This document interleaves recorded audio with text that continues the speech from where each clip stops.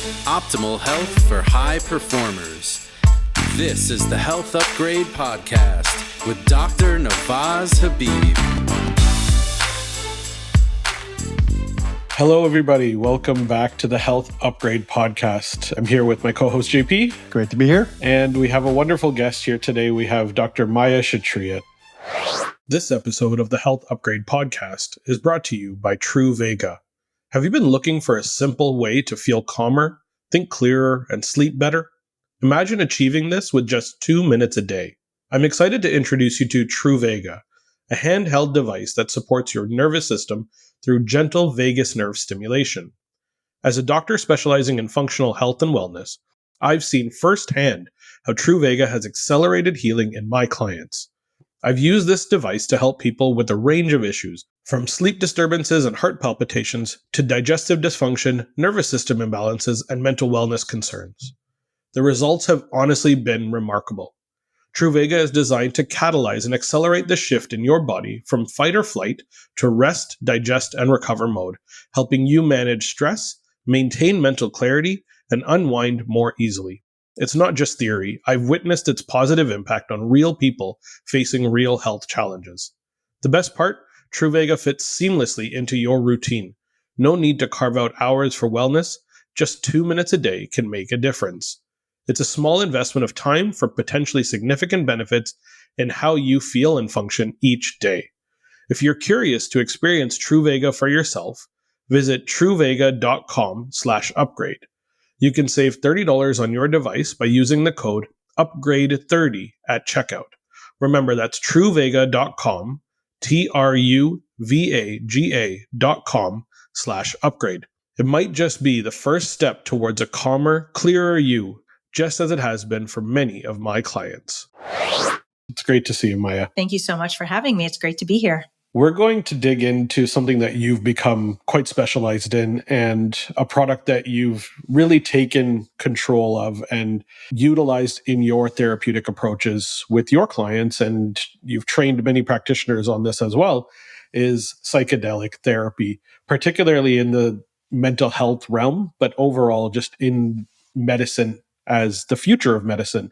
I think that's going to be a very unique pattern, something that we're going to talk a lot about. But I'd love to get into just understanding your story a little bit first. I'd love to hear about your journey into medicine and how it kind of brought you into psychedelics and psychedelic therapy. Well, that's a very long story, but I will keep it, I think, maybe to the high points. I mean, I certainly never in a million years thought I would be doing anything with psychedelic master plants in my work for many, many reasons. And, I went into medicine actually. People always think I must have been a very conventional doctor who eventually became unconventional, but I actually was very unconventional and somehow got into medicine. The way that I got interested in medicine was because I saw a Bill Moyer special, which dates me quite a bit, called Healing and the Mind. And I think I was in maybe either high school or college at the time. And he showed a story of a girl who had lupus. And every time she took her meds, she would go into renal failure. But when she stopped taking her meds, she'd have terrible flares of lupus. So they gave her castor oil every time they'd give her a med infusion. And then eventually they stopped giving her the meds and just gave her castor oil. And she responded as if she were still getting her meds. And so I saw this little segment on this whole special. And I was like, they said, oh, this is a new field of medicine called psychoneuroimmunology. And I was like, great, I'm going to become a psychoneuroimmunologist.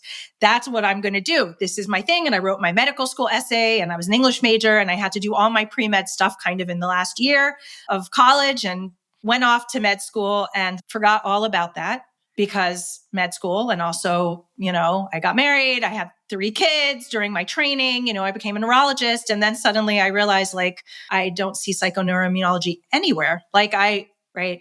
And my son, my youngest child, who was 1 at the time, got very ill, as well as I was getting ready to leave my neurology, my adult and pediatric neurology fellowship. So that took me into food and the gut-brain connection, which at the time nobody was talking about. I was a complete weirdo, as I always am. I've accepted and embraced that I'm just sort of going to see things and experience things like that in my work.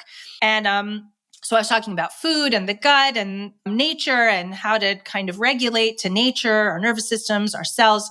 And it ended up becoming my book, The Dirt Cure. And I thought, oh, this is what I do. This is, and I had all kinds of great success with that and the New York Times and Dr. Oz and all these things. And this was my work. And then my son, same son, we had a mold issue. He got very sick again. After we had done all these things, he healed. He was doing amazing. It was like a big success. And then we had to leave our apartment for 5 months and do a mold remediation, came back. And within 2 weeks of coming back, and there was no mold, it was tested. The whole thing was gutted down to the studs, etc. He went to take a shower. He was 7 years old at the time, and he had a seizure in the bathroom. 2 weeks after we moved back in, no mold, had been doing fantastic. And I was like alone with, my kids. I thought I was going to have to break down the door. It was just totally terrifying. And finally he got up and walked out of the bathroom, and I grabbed him, and I just knew in a way that I probably had experienced in the past, but this was so clear to me. I knew, like, in my body, in my cells, this is not a physical problem. I've done all the physical things. And I was the pediatric neurologist, integrative pediatric neurologist in the world at that time. There were not others doing the kind of work. He would have been sent to me by everybody, right? And I was seeing people at that time from all over the world. And I grab him, I'm holding him, and I'm thinking, this is not a physical problem. This is a spiritual or energetic problem. And I don't know anything about what to do at all. And I was terrified, to be honest. And I just knew I didn't have the tools. And so what ensued in the next few months was finding a spiritual teacher, but I didn't know I was finding a spiritual teacher, and it's like a very mythic kind of story where I got turned away many times and I had to keep coming back. And finally they were like, okay, and I ended up going also on this trip to Ecuador with a teacher, a fourth generation shaman that I had met at a herbal conference. And little did I know on that trip to Ecuador, because they didn't say anything about it. And I was not going to learn I was not going to take psychedelics. And I would not have gone if that was what they said was going to happen on that trip. It wasn't been advertised. It wasn't advertised. And it wasn't at that time. This was over a decade ago. That was not in. It was not the way it is now, where there's retreat centers and psychedelic tourism and all this. There wasn't like that. So I ended up going on this trip. I didn't know anyone. I didn't speak Spanish. I was a doctor and mother of young children going to learn about indigenous ways of healing. And I did. And surprise, there were a few actual ceremonies while I was there. And I had a very interesting experience that I think really did change the course of my life ever since. Actually, I would say, if you're saying, how did you get into psychedelics? I would say I got into psychedelics kicking and screaming and being dragged by the plants, the universe, whoever you want to ascribe it to. I love hearing these unique stories that bring us to the answers that we're not really necessarily searching for, right? Like we're searching for an answer, but the pathway to that answer is not always what we know. And in fact, it usually isn't, because if we knew the answer, we knew the path to get to the answer, there wouldn't need to be a search. We would have the answer to begin with. So such a unique story, because you were brought to something that you were then able to not only utilize for yourself, but we're learning to marry. And I think this is really what functional medicine and integrative medicine is really trying to do, is to bring the modern technology, the modern diagnostic approaches, and marry it to old school medicine, like real ancestral wisdom. And I think that's really what you were kind of brought into. And that's where you realize that there is a connection to the psychoneuroimmunology as you know it from the castor oil story and that patient that you watched. And now you're experiencing it with your own family, with your own son, and trying to figure out, how do we marry these two? Because there has to be ancient ways of healing, because otherwise we wouldn't be here as humans. So what a unique story. And the problem is that Western medicine has traditionally viewed all of the old ways of doing things as having evolved or having arisen out of non-science. It was purely observational, and it's not science, and therefore they discount it 100%, as opposed to what they should be doing, which is recognizing that those were keen observers in the past who found effective treatments and now use science to understand and maybe extend that knowledge. So it's like throwing the baby out with the bathwater, what they're doing. They're throwing away things that work simply because they didn't like the way it or feel comfortable with the way it came to be, rather than recognizing the value of it and taking it the next step and figuring out why it works. Well, so it's interesting because one of the things that I write about in my book, my most recent book, The Master Plant Experience, is how more than 70%, really more than 80% of pharmaceuticals that are used in anesthesia, in cancer, in all the mainstream pharmaceuticals are derived from indigenous people, that there were these bioprospectors that were sent by pharmaceutical companies who went and talked to indigenous people and learned about, right? If anyone who's been to the jungle, I've been to the jungle, the Amazonian rainforest. And when you're there, I mean, there are probably 100,000, 200,000 different plants, as you walk through the jungle, and not all of them look, oh, this is so clearly this or that. I mean, obviously, once you become very, very, very, very familiar, maybe, but there's no such thing, right, as trial and error with 100,000 plants. And yet these people were able to actually learn and operate with all these different plants. And these bioprospectors went and they said, okay. And then they would say, well, how do you know this? Because they knew things that were not like you could just trial and error. Like even ayahuasca brew is a good example of this, right? The ayahuasca plant itself, the vine, is not a psychedelic plant. It actually has to be paired in a brew with a plant that contains DMT. We break down DMT in our gut. And so what happens is that the ayahuasca has something which blocks the breakdown of DMT so that it can become a systemic experience. The way that you make ayahuasca brew is from cooking the vine down and down and down until it becomes like a very thick kind of paste, and then adding the other one. It's very specific. And so how would they know, right? I mean, that's not trial and error. You have to know these things. There's a lot of other examples I could give of different plants, same. And when they would ask them, they'd say, the plants told us.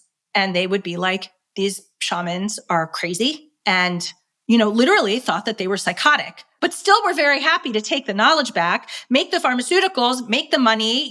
Someone might call that stealing intellectual property. But anyway, what ended up happening was they just disregarded how they said they knew, right? And this is where we can eventually maybe talk about what master plants are, right? Because there is, for me, part of my mission is really to help people understand who we're engaging with, what we're engaging with when we're with psychedelics. They're not just things that we utilize, that are tools that, we can command.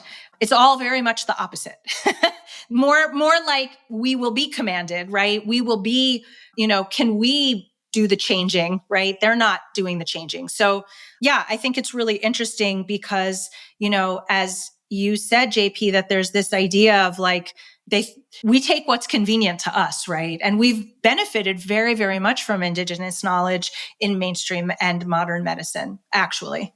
For sure. I mean, and there's drugs that were developed 3,000, 4,000 years ago that are still widely prescribed. Colchicine is the example I typically give. I mean, it's been around for thousands of years. It was developed, from the autumn crocus on the shores of the Nile River, and by the ancient Egyptians, and we're still using it in modern cardiovascular medicine. So, and interestingly, one of the things that it affects is the autonomic nervous system. So, just putting the plug in for the importance of the autonomic nervous system there, that way back then, they were already recognizing the importance of it. But you talk about, and I really want to dig in and understand what you mean by master plants, because, the first idea, the first conception that I have of this, the connection that's made in my brain, is to this modern recognition by botanists that tree roots in a forest, actually the trees are speaking to one another, and not in some what is typically a new age kind of, this is at the biochemical level, roots touching one another, They are sharing information chemically about what one tree needs versus what another tree has. And they share resources. And that's why when you wipe out trees in a forest, the trees that remain, you think to yourself, well, that means they're going to have more resources. They'll have more water. They'll have more light. They'll have more. They actually don't thrive. They don't thrive in the same way. They need one another because they are speaking to one another. And the network of roots, and this is something that we've talked about on the podcast at least once, is the fact that the way the brain is built and the way the network of synapses look physically is exactly the same way the vasculature looks, microcapillaries, et cetera. It's much the same way trabecular structure of bone looks. It's the way roots look. That's the way neurons and synapses look, actually. That's what I said. Navaz can tell you, right? In my talks and in my work, I always show pictures of how they're similar. Yeah, and they're made by the same cells. You're talking tissue-resident macrophages doing it. But at the tree level, you don't have that. So talk to me about master plants and explain to me what that means. And does it have is it related to what we were just talking about the ability of plants to communicate with each other in a way that we never conceived of before, but has been going on for hundreds of millions of years? Yeah, absolutely. I mean, so plant sentience, is something I cover also very deeply in my work and in my most recent book. And we have plants have a lot of ways they communicate, actually, and the idea that are they conscious, are they not conscious, right? All of this stuff. I'll touch on it from a scientific standpoint first, and then I'll get into kind of the indigenous way of thinking about it, because that's where the term master plants comes from. But this idea of, plants actually use tools. They make decisions. They use tools. The tools are usually chemical tools, right? They don't have to be in physical contact with one another at all, because they create compounds in the moment in response to what's happening, different pressures, right? Two trees that are basically right next to each other, getting similar wind, similar light, similar soil, all of those things. One might decide to lose their leaves much earlier than the other one. One might blossom differently. They make decisions that, right? And this has been tracked and looked at quite a bit. They communicate with other predators. And right. So if there's one example, I mean, I think all of these examples are so cool, but if there's a predator in the area, they will actually start communicating chemically. What we think is chemically, and it probably is chemically, and it's probably also electromagnetically and other ways that we don't yet measure very well or understand well. I'm sure it's much more complex than what we kind of clunkily talk about with our knowledge. They actually will communicate to other plants, number one, so that they're prepared for this predator and can start putting certain defenses up, one of which is to release chemicals that draw the predator of the predator, right? So if it's a certain insect, what they'll do is actually release chemicals that attract certain predators of that insect. Birds. Right. It could be birds. It could be other kinds of animals like rodents or other things. But the idea is that there's a lot of decision making in this communication and these tools they use. And then also, what's interesting is in these networks of tree roots, actually, they favor trees that are their own species over other trees.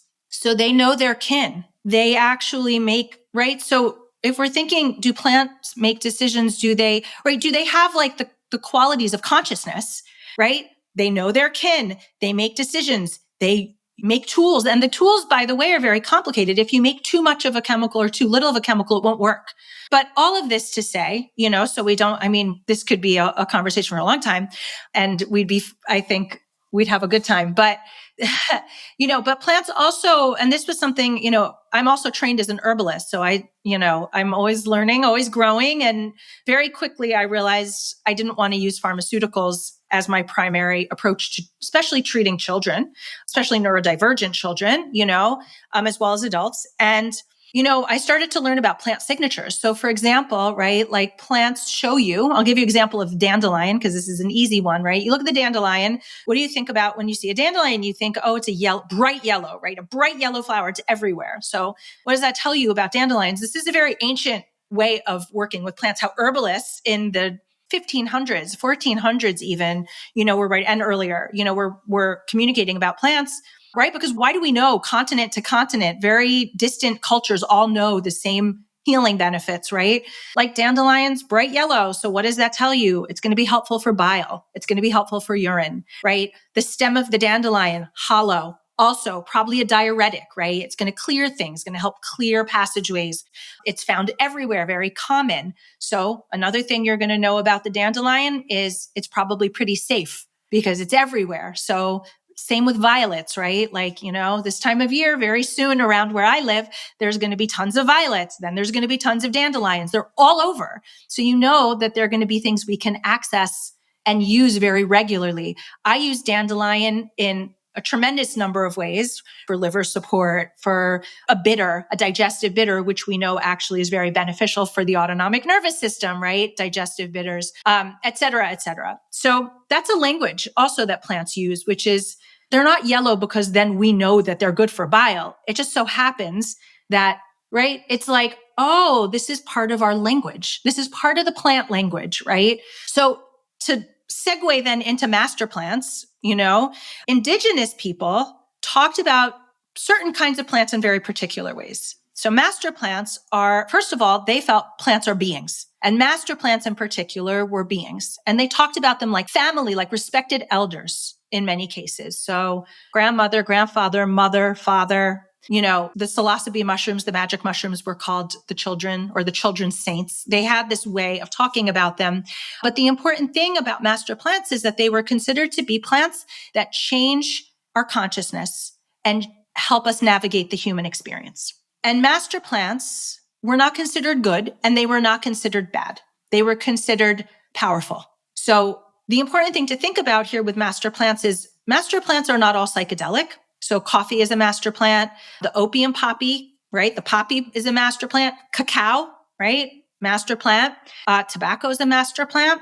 And then there are these other all psychedelic plants are masters. And, if we think about what we'll do to get our chocolate or to have our coffee, right? For most people will go quite a bit out of their way, spend quite a bit of money. I mean, my coffee shop is packed to the gills every day for the $8 lattes that they charge or whatever here. They're powerful. These are powerful plants. And in fact, we do need them. But the important thing to know, and part of, I think, why I've gotten involved in talking about them so much is because they're powerful. It means if we don't come in the right way with humility, with reverence, in a reciprocal way, and we just kind of want to call them things, tools, consume them, right? Rather than really thinking about being in right relationship, then they can really mess with us, right? And we could think about tobacco. We could think about the opioid epidemic. That's from the opium poppy. We can think about, right, the coca plant, a very wonderful healing master plant.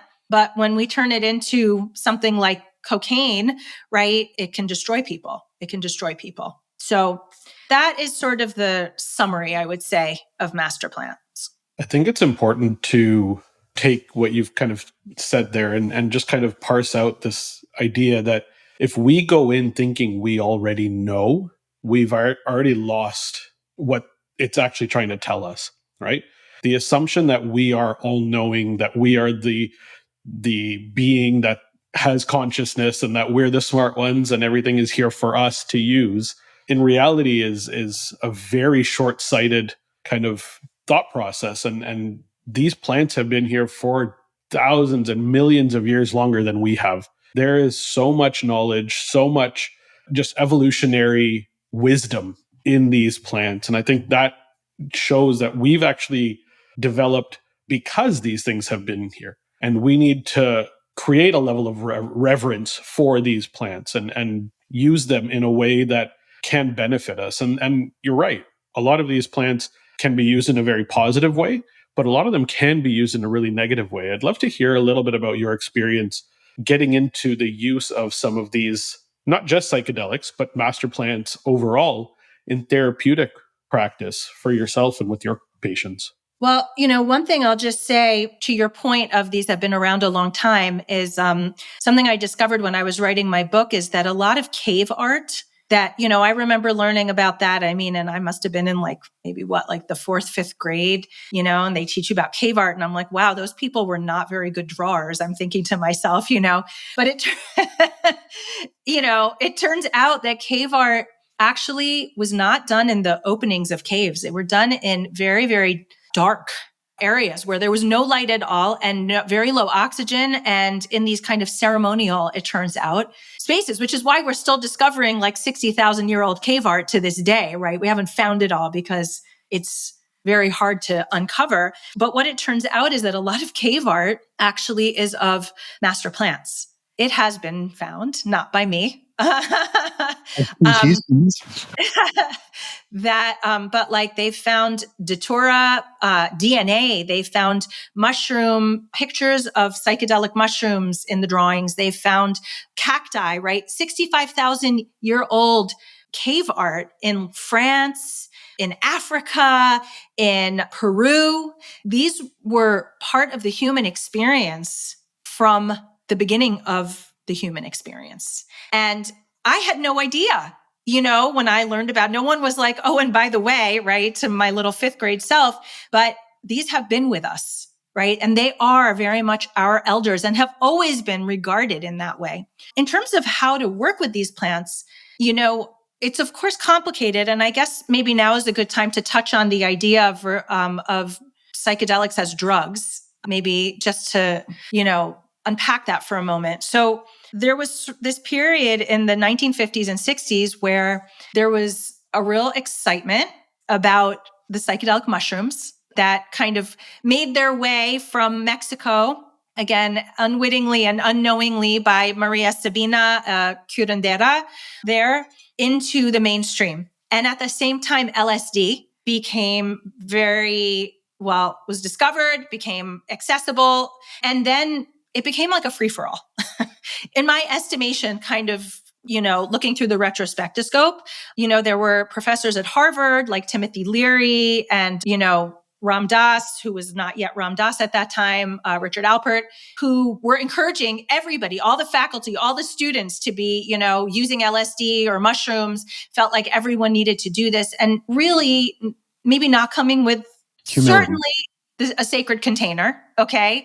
Probably not humility, and not really understanding the full impact. And at that time, also, even the CIA and the military started, and again, I go into this more in my book, but started these projects, which they were actually just randomly dosing people without telling them, including their own employees, but also just civilians, to see what would happen, to see if it could be used against enemies. I don't think those projects were closed down, but I don't think that's completely finished.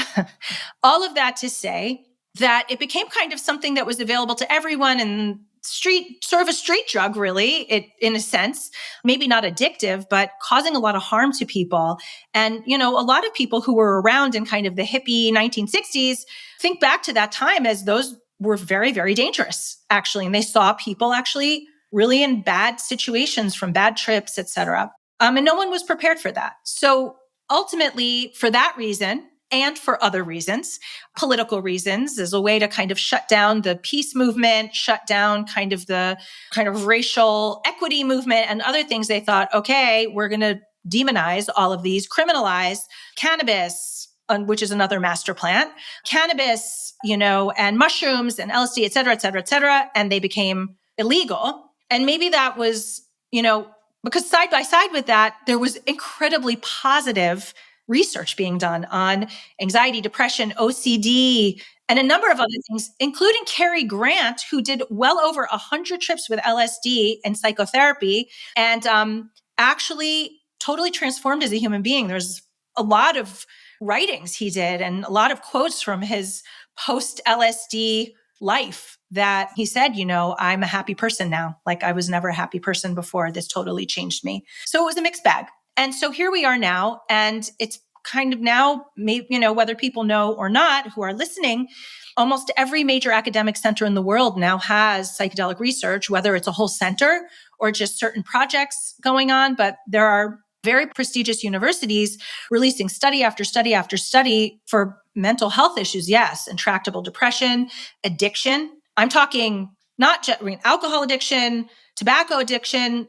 It's unmatched, okay, for recovering from that, but also things like, heroin and crack. And I mean, things that, people really, really almost often don't ever recover from, right? And so there are those kinds of studies. There's studies for people who are dying, who have real anxiety about death, which is probably mostly everybody. But, when you're coming face to face with that, let's say you have terminal cancer, helping people come to peace before they have to meet that is, I think, an incredible, incredible gift. And then there's a lot of physical conditions that are now starting to respond. And there's a lot of research looking at dementia, Parkinson's, looking at TBI, looking at chronic migraine. Yes. Well, migraine, cluster headaches, and trigeminal neuralgia. That was the word I was looking for. Autoimmune disease, asthma, right? And we think, asthma, but asthma kills a lot of people. We think, just use your inhaler, but no, like asthma is a huge killer. Autoimmunity is a huge killer. I mean, and there are a lot of miracle healings that happen. I would call miracle. I could talk about why the physiology is the physiology. We could talk about chaperone proteins. We could talk about, the sigma-1 receptor. We can talk about reasons, right? Mitochondrial and other reasons that DMT has incredible potential benefit in our physical body. But there's something more, right? These work on a physical level, mental, emotional, and spiritual. And obviously we can get into that in a lot of depth. So how people work with it really varies because of legality. So there are studies that, people can participate in.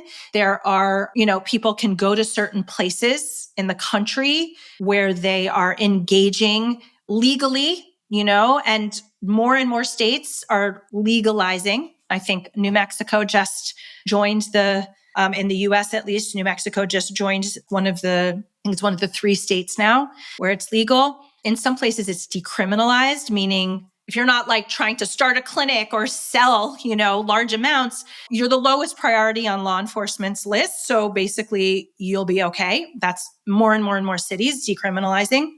And then there are things like ketamine, which is not technically a psychedelic, actually, but acts like a psychedelic in certain settings.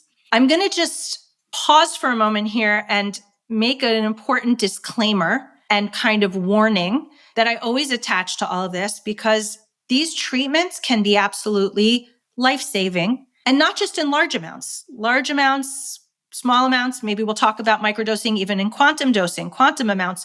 And every study that's been done is done in a setting with a professional support before, during, and after. They're not getting it on the dark web. They're not in their backyard or like in their attic or basement with, they're not flying off to wherever, Costa Rica. I'm not saying there can't be healing in those situations. I'm not saying that. But what I am saying is when I'm talking about the benefits, they're very much in a particular, very careful context.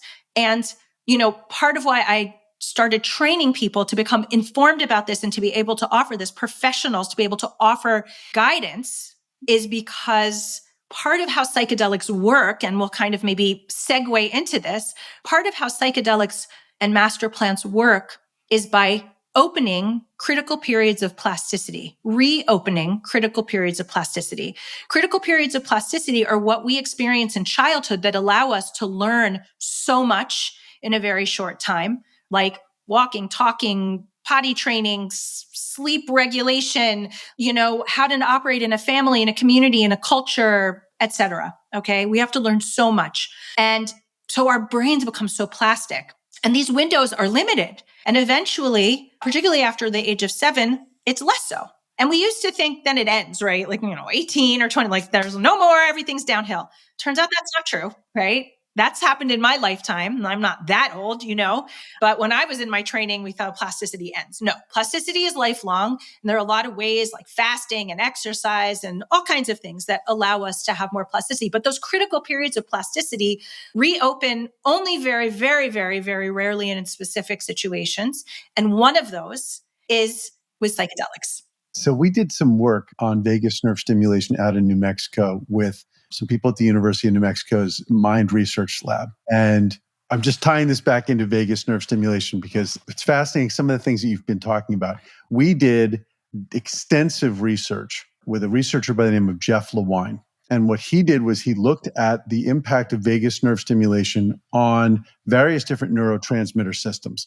Looking at the serotonergic system, cholinergic system, noradrenergic system, looking at how vagus nerve stimulation was impacting those various different systems. At the conclusion of his work, he said that the one chemical that he thought had the most similar effect to what vagus nerve stimulation did was ketamine. He said not in the dissociative sense, so vagus nerve stimulation isn't doing that, but in terms of how it was impacting those various different neurotransmitter systems. And one of the things that vagus nerve stimulation does so well is enhance plasticity.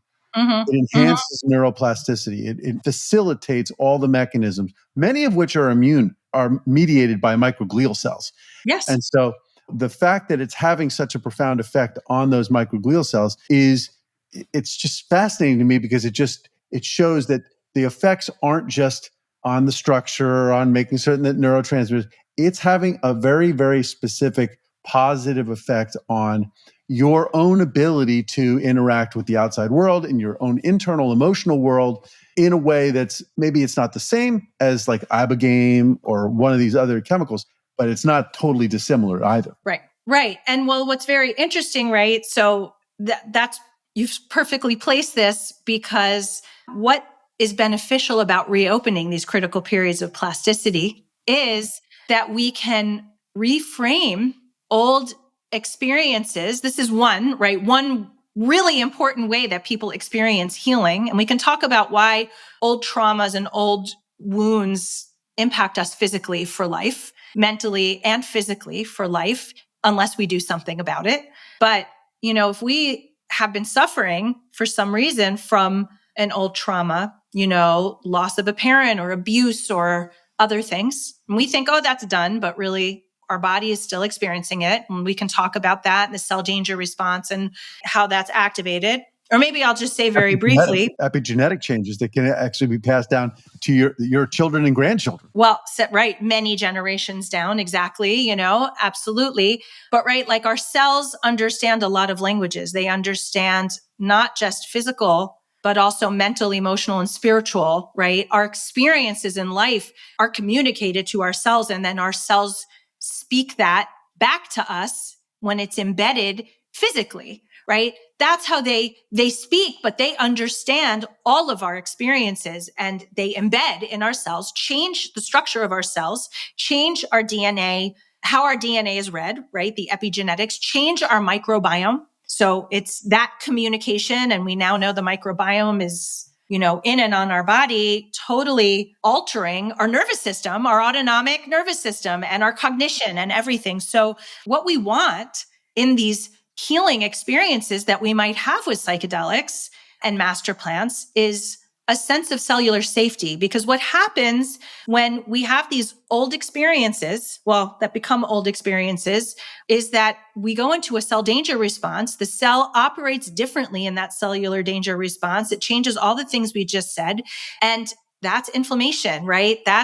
Inflammation in theory is not bad. It's just if it's chronic, if you're stuck in cell danger, which you will be until you give your cells, a reason to know that they're safe. So all of this to say, we've now opened this critical period of plasticity again. The first time around, that's why trauma embeds in childhood so differently than it does when you're like 25, 30. I'm not saying we can't have terrible trauma later in our lives, but almost always the people who really struggle with PTSD even are people who had trauma early in life or some kind of wounding experience that was embedded in a critical period of plasticity.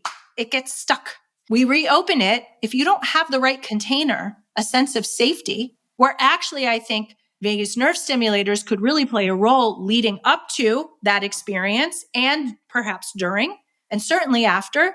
We want to create that sense of safety that allows for a reframing of the kinds of experiences, conscious and unconscious. We don't always even remember or totally understand what it is that catapulted us into a sense of cell danger, but we want that safe container. And that's why I'm so specific in saying you must have people, or at least understand that having the right set and setting, it's called, okay, but it's really just having a container, the person and the music and the environment and the preparation and all of those things, which includes nervous system regulation. And, Navaz, you came and spoke to our cohort about nervous system regulation and vagus nerve stimulators and all of those things, because that to me is a critical part of being able to not become overwhelmed in a psychedelic experience. We can't exactly control what's going to come up in those experiences.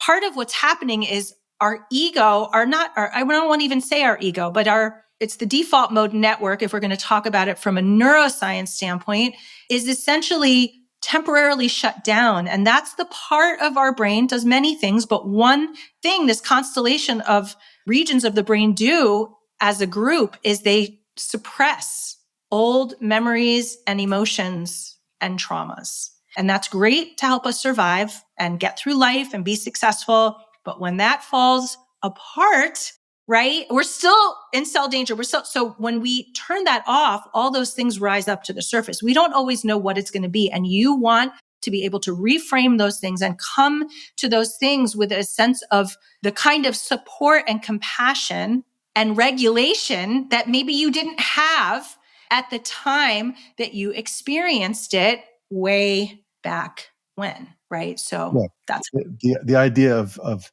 therapy is so important for psychotherapy, being able to go back and understand and reframe traumatic experiences.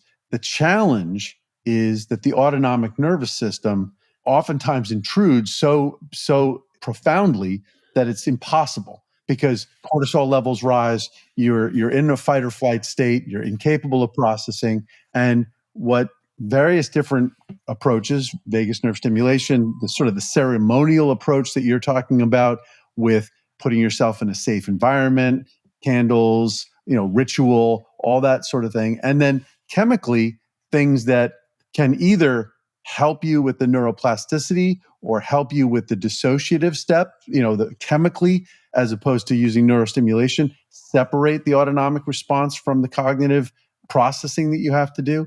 All of those things are incredible tools. And simply as an entire class to say, we're not going to touch those because some hippies in the 1950s and 1960s were, advocating for political positions that we didn't like, and therefore we took their toy away from them. That doesn't make any sense, because frankly, none of these drugs are addictive in the traditional sense. They're not addictive. They can, under, if not supervised, they can leave a person incapacitated. And if they get behind the wheel of a car or something like that, then obviously that's, that could be a problem. But just as a class, we allow so many other drugs onto the marketplace that do far worse, that have far less efficacy, that have far less potential other than maybe potential for profit. And to simply ignore this entire class or, suppress it, it just doesn't make cultural sense. It doesn't make economic sense. It doesn't make social sense. It doesn't make physiological sense. It's unfortunate. Well, I'll just say one thing. Most of the studies that have been done looking at macro dosing, large doses, the way people usually think of psychedelics and have incredible benefit, are one dose or max 2 doses. Now, you imagine, right, in our model, our medical model, where people are on anything for life, and we've all accepted it. Oh, yes, it's diabetes, you're going to be on insulin for life, or it's, lupus, you're going to be on your immunosuppressants for life, right? Or whatever it may be. Everything's for life. You just have to keep taking it and taking it and taking it. And we can talk about all the reasons that you just listed, right? That may be the case on the part of the pharmaceutical companies. But psychedelics are not something people need to continue to take. And the one way I've seen, there are people who like the escape or like that peak experience that might rely on it, but it's not addictive. It's not a dependency. Right. It's choice. What pharmaceutical companies are doing now, though, is creating, just as we did with the coca plant, just as we did, right? Cocaine was originally a prescribed pharmaceutical. People may not know that. Same with heroin. Was given to people. Tobacco too was like given to people, like, cigarettes. So those were that's the old days, right? But we introduced a lot of these problematic iterations of master plants into the system, and then they caused a lot of problems. What we're seeing now is a lot of companies are developing molecules that are like ayahuasca without the hallucination, right? Without the journey, without the trip, without the vomiting, without the, right? So it's like, there's potentially benefit there. But of course, once we open these critical periods of plasticity, because what I didn't say is that, other things that open critical periods of plasticity are things like heroin and alcohol and a lot of addictive drugs. The way that nature, I will say, or the universe or evolution, or whatever you want to say, right? Or God designs these plants is that they are complex as we are. Oh, more. Or more. More chromosomes, more genes. I mean, yeah. They dwarf. Their genetic diversity dwarfs anything that mammals or any animal has. And so when we then come with our limited knowledge, as Navaz, you said in the beginning, right? And we are not humble and we are not thinking, right? We're not very good. We're short-sighted. We're not very good at looking at unintended consequences.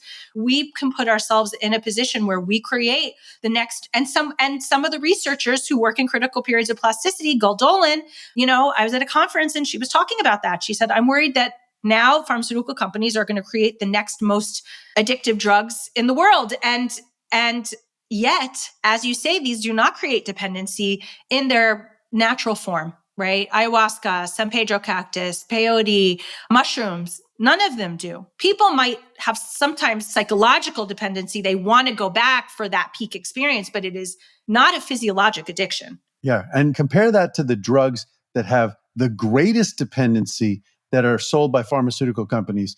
And I harp on this all the time, but they're your mental health drugs. Try to go on Paxil or Wellbutrin or, any one of these SSRIs, SNRIs, go on those for a while and then try to withdraw. I mean, the people will tell you it's worse than withdrawing from heroin. I mean, it is awful. So don't do it. That's the way actually microdosing has been very effective for a lot of people, is to help them get off of the SSRIs and the SNRIs, exactly for the reasons you're saying. And what do these drugs typically, these natural compounds, what do? They're activating the same pathways.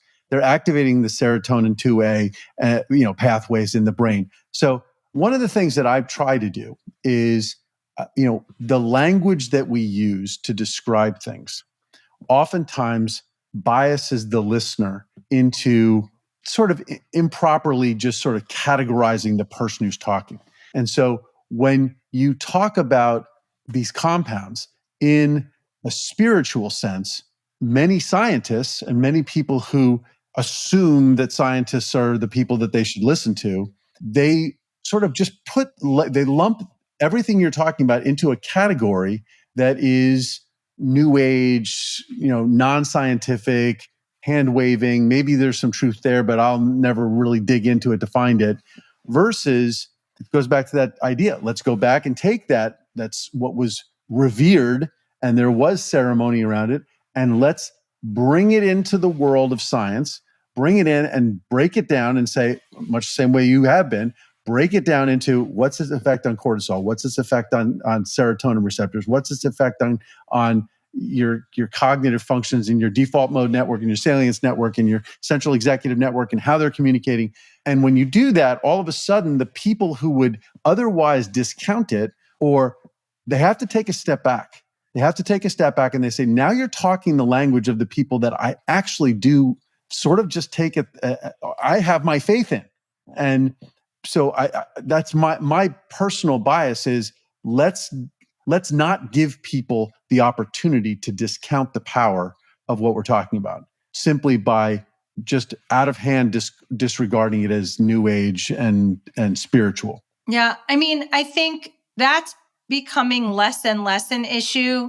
And what's going to become more the issue is pretending, as we like to do, that these are just any other thing that we can just commoditize and put under the microscope and use as a magic pill in some way. And, to the point of what we were just discussing, are we going to create from these plants, from these compounds, something that could become problematic because we're letting scientists rule over, right, the indigenous people or the people who have that maybe spiritual perspective? And I think, this is the time. That's the counterpoint to my argument, which is the moment it gets sucked into the science world, then people are going to modify it, mass produce it, put a patent on it, sell it for $500 a dose and try to profit from it in a way that sort of abuses and bastardizes what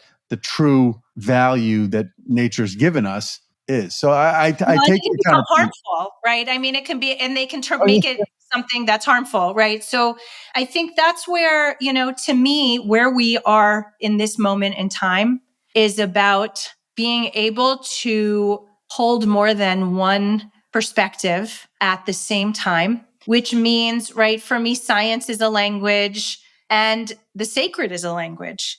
And there are a lot of, right, no culture before ours just spoke one of those languages without the other. But we have disregarded the language of the sacred and the spiritual in a million ways. And we're going to have to try to find our way back into that lexicon. And that's really what I'm trying to create is what's the bridge without going out into the stratosphere with the spiritual or sacred conversation, but also without getting too much into the details and reductionism of our scientific standpoint. We need to be able to be creative in the way that we're looking at the natural world and at our own bodies and at our health, because what we're understanding is everything is connected to everything else.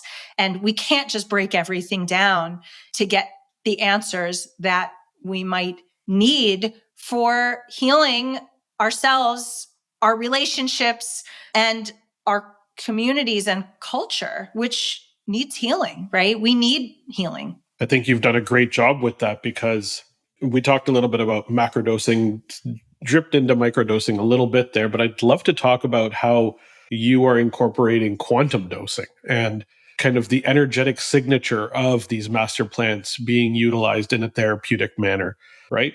Let's talk a little bit about, just very, very briefly, on macrodosing being a very ceremonial setting being very important to that entire process when we're opening up those critical periods of plasticity, shifting into microdosing and how it can be used to help with not just addiction, but many different areas. I know people that are utilizing it for mental health, depression, anxiety on a day-to-day basis, and shifting into how we can use it in a quantum setting as well. So macrodosing is really what a lot of the studies are looking at. And that's what most people think of as like the trip, right? Or the journey. And I think that for some people that is really helpful, sometimes critical, sometimes absolutely life-saving. It's hard sometimes for people who, there are people who just don't want to do that or are scared or don't feel called to that, or people who are really dysregulated, right? Emotionally, or, their nervous system is just very dysregulated. Going into these big, sort of potentially explosive, very unpredictable experiences don't always benefit those people, at least not initially. So, the question is, how do we engage? And in fact, in indigenous culture, there's a lot of different ways people have engaged, including microdosing, which we think of as some like Silicon Valley, like innovation kind of thing. But because a lot of the tech bros like to microdose for creativity and, that kind of stuff. But in fact, it is not just, modern. And what it is it's a sub-psychedelic dose, meaning you don't trip, right? You can go to the grocery store, you can take care of your kids, you can go to work, all of those things. But people notice really tremendous benefit. And the studies are a little harder to do. There are a lot of observational studies and some now maybe more studies, not a lot. And the reason why is because in places where this is not yet legal, or even if it's decriminalized, it's one thing to say, hey, come for a 5 or 7 hour, or the day, right, to our clinic where you're going to have a experience as a beginning, middle, and an end. That's all going to happen. We're going to stay there and stand over you and take care of you and make sure you're good before, after, versus you're going to have an experience that's going to feel like any other day, except you might feel better, a lot better, but you're not going to be altered. And we want you to, every 3 days or every 2 days, come sit in the hospital or in our clinic and waste your day like feeling great, but being completely operational. But we can't send you out into the community with, your microdose, right? So it's tricky to study. And that's what, when I've talked to Hopkins scientists, they're like, yeah, we want to do much more with this, but it's just harder to do the studies. But that said, I've coached a lot of people through microdosing experiences. And I've had people who had years of postpartum depression, and within 2 doses, microdoses, a new person, like, oh my God, I feel back like myself again. I've had people come off of their SSRIs and SNRIs that they've been trying to get off of for a decade. I've had people really transform things like trigeminal neuralgia, migraines, et cetera. So those are profound. I think that's probably going to be a big way that people are going to end up, the larger population of people will end up benefiting from, things like mushrooms and like that.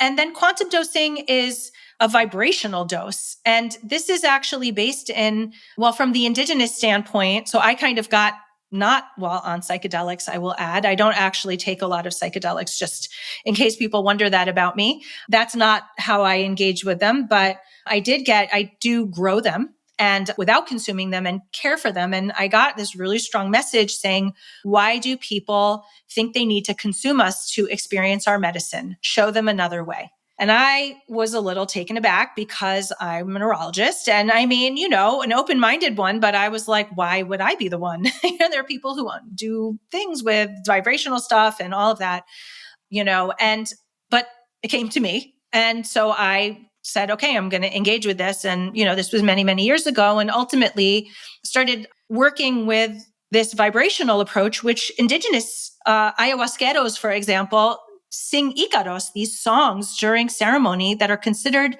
medicinal transmissions from the plants that are given to them from the plant and that come through their voice. They make the sound. It's not like songs they make up. And those are considered as powerful as drinking the ayahuasca brew. So there is this indigenous precedent for vibrational medicine from the plants. And so ultimately I began to explore that, working with the oscillations of the plants themselves. Everything oscillates, including plants. And plant scientists know about these oscillations and call them, extra noise that they have to get rid of. But of course, that oscillation is its own kind of medicine. And we measure it using a device really that anyone can get that translates it to music. And we use Luc Montagnier's work. He was a Nobel Prize winner in HIV, but ultimately his legacy work was all around imprinting DNA from a distance into water in low frequency settings. So we use that process with water, with the plants, with the songs of the plants and other aspects, ceremonial aspects, to create drops that are master plant products that are safe and legal, and children and pregnant people and sober people and sensitive people and medically and psychiatrically fragile people. We didn't talk about who shouldn't use psychedelics,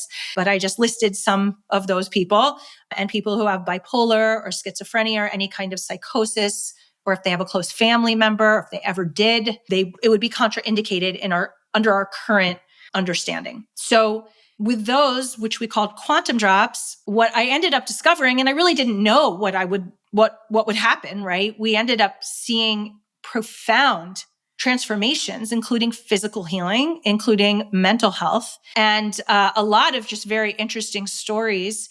I'm trying to decide if I should share one or not now, because I know we're kind of short on time, but people, all right, I'll tell one story. I was at and this is not a physical healing story, But it's an interesting story. It's a kind of a profound story. I was at a medical conference and I was talking to a doctor and he said, we were talking about quantum drops and the concepts. And he said, well, I don't understand really anything you're saying, but I want to try it. He said, can I? And I said, well, okay, I just did explain it to you, but okay, I bet you do understand, but here, sure, you can try it. And he said, okay. So I said, just let me know what you notice. And he comes back and finds me the next day. And he says, so, I was taking them last night and I took them this morning and, I don't know if they did anything, but I feel really good and I'm meeting really interesting people. So that's great. And I'm like, okay, great. And he starts walking away and then he looks over his shoulder and he says, by the way, I built an altar to my father who died last night and I bowed down and I prayed to him. And I was like, oh, have you ever done that before? And he said, well, no, but I'm Chinese and that's my culture. And, we pray to our ancestors. And, I took out the drops and I just thought, I really, really feel I took the drops and I really feel connected to my father who passed away. And I pulled up a picture and I created a whole altar space and et cetera, et cetera. So I said, oh, do you have an altar in your house? And he said, well, no, because my wife's not Chinese and we don't have anything Chinese in my house, but I just felt very connected to my lineage. And then he started talking about how he moved to the United States when he was a little boy and he really never got, he felt totally disconnected, et cetera, right? And like a whole kind of experience that was like this displacement and kind of what I call existential loneliness, which is part of what I think this is all about, healing, that fragmenting, and he didn't even realize it. It was oh, by the way, right? He was literally walking away when he told me that. And that's just sort of one story, but. Isn't it the purest form of healing though? Where he was healed and he didn't even know it. Yeah, absolutely. It's so profound. And I think when we are in these states of cell danger and we're in this sort of what I would call physiologic existential loneliness, where we're really living in this very fragmented way and we hardly know it, and I think vagus nerve work and vagus nerve stimulators are in this category too of working from a vibrational and, it's not that it's not scientific. It's just there's science.